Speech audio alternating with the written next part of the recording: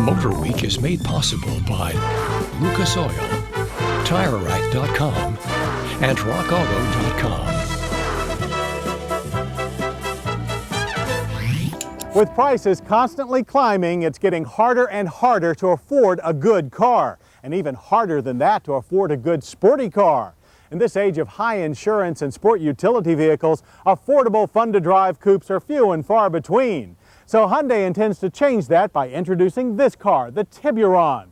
We're told the name means shark in Spanish. But can a car built for a working person's budget attack the road like a true sports car? It certainly looks like it can. The new Tiburon's slinky lines are unlike anything we've ever seen from Hyundai.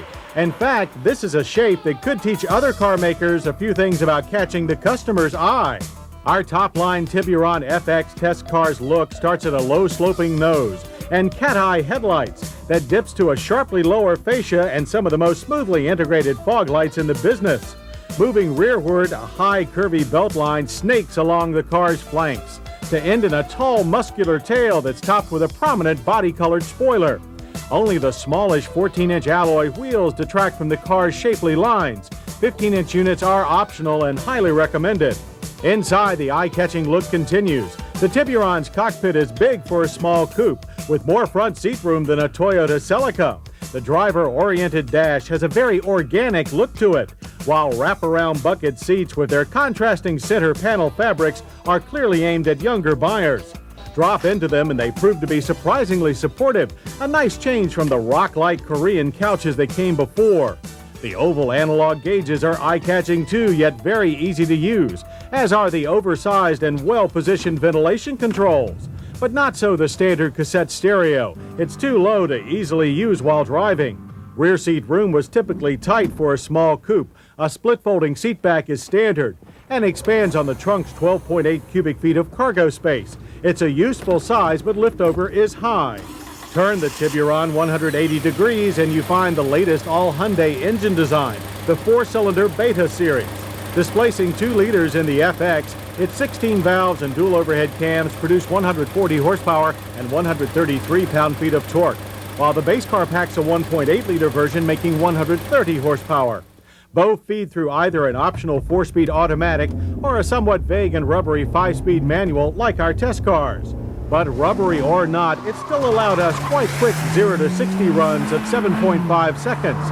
The quarter mile took 15.9 seconds at 87 miles per hour.